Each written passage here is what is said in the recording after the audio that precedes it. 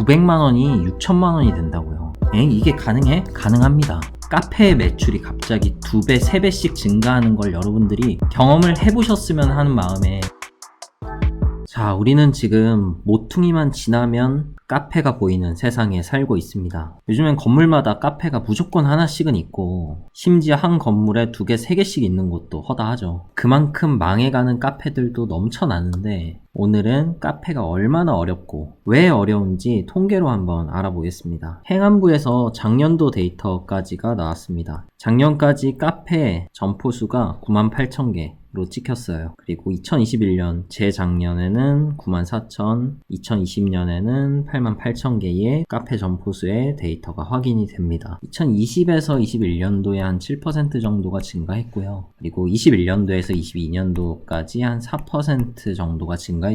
올해 한 3%만 증가해도 10만 개의 카페 수가 넘습니다. 거의 무조건 10만 개는 넘는다고 보는 게 맞겠죠. 여러분들 이렇게 카페 점포수가 늘어나는 게 얼마나 이상한 현상인지를 아셔야 돼요. 20년이랑 21년도가 코로나였습니다, 여러분들.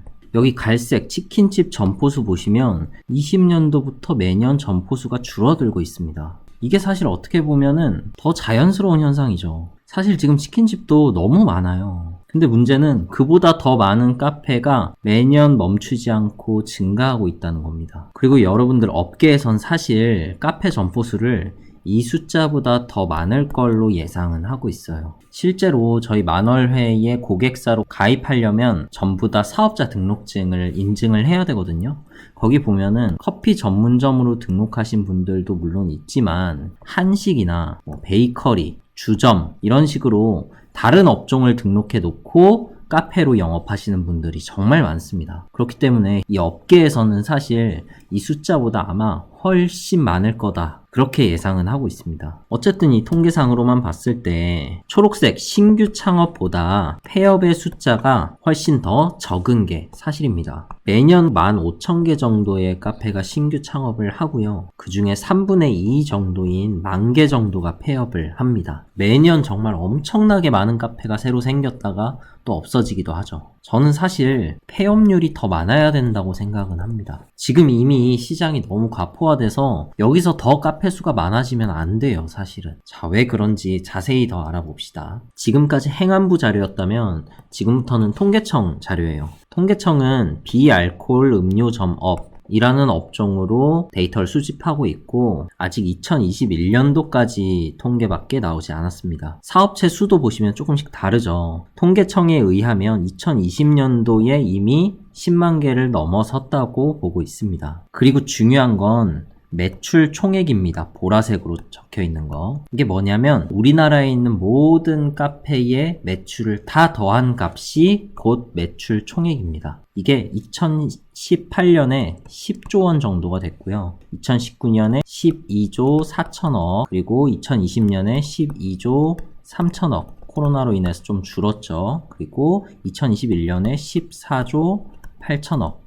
정도가 됩니다. 재밌는 건 코로나와 상관없이 점포수는 계속 증가했고요. 매출 총액은 증가를 하다가 코로나로 인해 잠시 주춤했다가 다시 올라갔죠. 자, 그리고 여기서 더 중요한 건 평균 매출이에요. 전체 매출 총액에다가 전체 사업자 수를 나누면 한 점포당 평균 매출액이 나오겠죠. 그게 2020년 코로나 때를 제외하면 1억 3천 정도를 유지하고 있습니다. 다시 모든 카페가 매출을 동등하게 나눠 가지면 1억 3천씩 나눠 가진다는 뜻입니다. 100평짜리 스타벅스랑 동네에 있는 1평짜리 카페랑 상관없이 모두 나눠 가졌을 때를 말하는 겁니다. 처음부터 말이 안 되죠. 자, 여기서 정말 안타까운 건 스타벅스가 나 홀로 2조 5천억 원 정도의 매출을 한다는 사실입니다. 자, 제가 스타벅스까지 포함시켜서 다시 계산해 드리겠습니다. 2021년만 가져왔어요. 자, 아까 그대로 사업체 수와 매출 총액은 그대로 가져왔고 스타벅스 점포수를 제외한 점포수입니다. 그리고 스타벅스의 매출액을 제외한 매출 총액이에요. 자, 2021년에 스타벅스 점포수가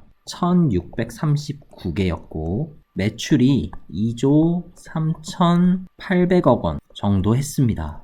자, 전체 시장에서 스타벅스가 차지하는 점포수는 1.44%밖에 되지 않고요. 전체 시장에서 스타벅스가 차지하는 매출액은 16%나 됩니다. 이해되셨나요? 스타벅스가 우리나라에서 1위인데 2위부터 5위까지 아마 다 합쳐도 스타벅스한테 안 되는 걸로 알고 있거든요. 정말 엄청난 독식이죠. 자, 그럼 다시 아까 스타벅스 포함해서 모든 카페가 매출을 동등하게 나눠 가졌을 때 1년에 1억 3천만 원 정도 였잖아요. 그럼 월 매출로 따지면 월 한 1천만 원 정도가 되거든요. 근데 스타벅스를 제외하면은 여기 요거 나누기 요거가 되겠죠. 그러면 1억 1천만 원 정도 평균 매출이, 스타벅스 제외한 평균 매출이 1억 1천만 원 정도가 되고 월로 따지면 900만 원 정도가 나옵니다. 스타벅스를 제외하고 나머지 카페들,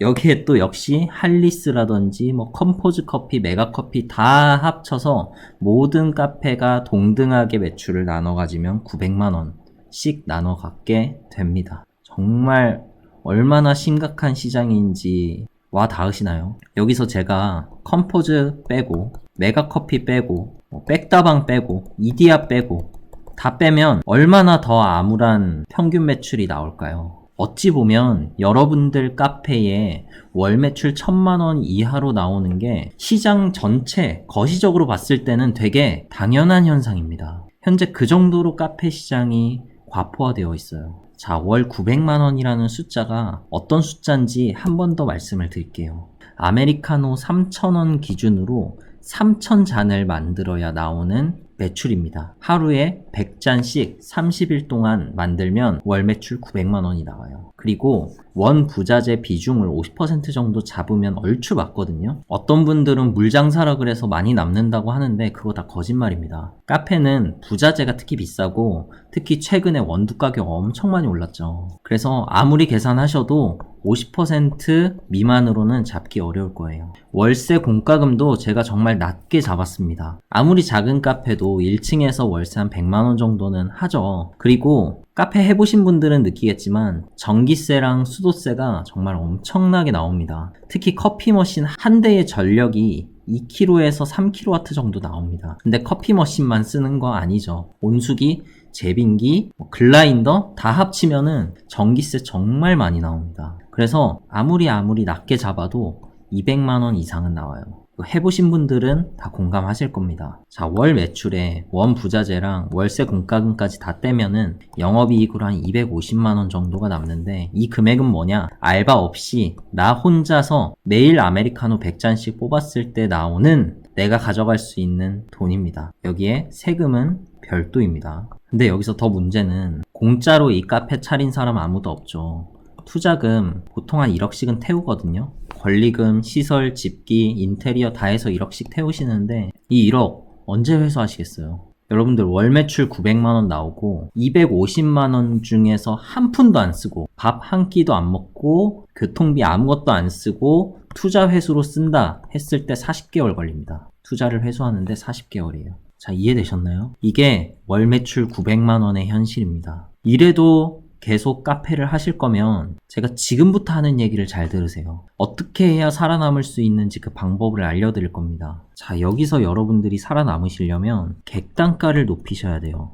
같은 100개를 팔아도 3,000원짜리 100개를 팔면 30만원이지만 2만원짜리 100개를 팔면 200만원입니다. 그러면 여러분들 월 매출이 6천만원이 돼요. 900만원이 6천만원이 된다고요. 이게 가능해? 가능합니다. 어떻게 객단가를 높이냐? 한 번 가서 한 잔씩 구매하는 게 아니라 사람들이 한 번에 여러 개를 같이 집어갈 수 있게 만드셔야 돼요. 여러분들 노티드 도넛이 성공한 비결이 바로 여기에 있습니다. 노티드 가보셔서 한번 이렇게 지켜보세요. 사람들이 도넛 하나씩 구매하시는 분들 거의 없습니다.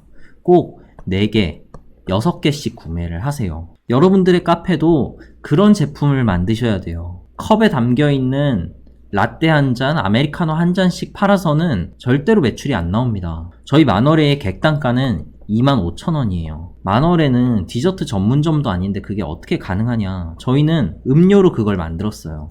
자, 보세요. 마치 도너츠 진열되어 있는 것처럼 이렇게 쭉 진열해 놓고 판매를 합니다. 이렇게 진열해 놓으면 사람들이 일단 시각적으로 눈에 띄고 예쁘기 때문에 그냥 지나치는 분들이 아무도 없습니다. 그렇게 하나 둘 사람들이 머물기 시작하고 구경하다 보면 한 음료만 구매하는 게 아니라 4개, 5개, 6개씩 한 번에 구매하게 돼요. 이 작은 장치가 얼마나 큰 매출을 만들어내는지 여러분들이 꼭 경험하셔야 됩니다. 자, 더 중요한 건 뭐냐? 커피라는 건 여러분들 러시타임이라는 게 있어요. 오피스 상권이면 아침 출근 시간, 그리고 잠시 안 바빠졌다가 점심시간, 그리고 안 바빠졌다가 퇴근하는 시간 다시 바빠집니다. 이렇게 이 3개의 러시타임에는 내가 더 팔고 싶어도 더 많은 주문이 들어와도 내가 만들 수 있는 양이 한정돼 있다 보니까 그 이상의 매출이 나와도 쳐낼 수가 없습니다. 즉 여기 색칠한 부분은 포기해야 되는 매출이에요. 이게 바로 오더 메이드의 한계입니다. 주문이 들어오면 만들기 시작하기 때문에 만들 수 있는 음료의 양의 최대치가 정해져 있어요. 근데 레디메이드의 방식은 여러분들 러시타임의 매출 한계가 없어요. 여기 러시타임에 내가 포기했어야 되는 이 매출을 가장 안 바쁜 시간대에 미리 만들어 놓을 수 있는 겁니다. 그래서 아침 시간에 내가 사람들 아무도 없을 때 바짝 만들어 놓으면 어떤 러시타임이 오건 사람들이 아무리 몰려오건 미리 만들어진 음료를 건네주기만 하면 돼요. 이해되셨나요? 저희 만월에가 원액 베이스를 납품하고 있는데 그 모든 원액 베이스는 이 레드메이드 음료에 특화돼서 만들어진 겁니다. 저희 원액을 사용하지 않으셔도 됩니다. 어떤 방식을 사용하시던 상관없어요. 근데 제가 하고 싶은 말은 오더메이드에서 제발 벗어나시고 레디메이드의 제품군을 점차 늘려가 보세요. 이 레디메이드가 주는 어마어마한 장점을 여러분들이 경험하시고 카페의 매출이 갑자기 2배, 3배씩 증가하는 걸 여러분들이 경험을 해보셨으면 하는 마음에 이 영상을 남기는 겁니다. 저는 고객사들이 잘 되게 하기 위해서 정말 많은 컨설팅을 다니고 갈 때마다 이 부분을 항상 강조해요. 이걸 실현하시는 분들은 금방 카페가 회복되고 성장하는 모습을 제가 직접 봐왔고, 그래도 믿기 힘드시면은 연남동에 저희 매장에 가셔서 거기서 물건을 구매하시는 게 아니라 고객들이 그곳에서 어떻게 제품을 담아서 구매하시는지, 고객들마다 객단가가 얼마씩 나오는지를 직접 여러분들이 두 눈으로 한번 보세요.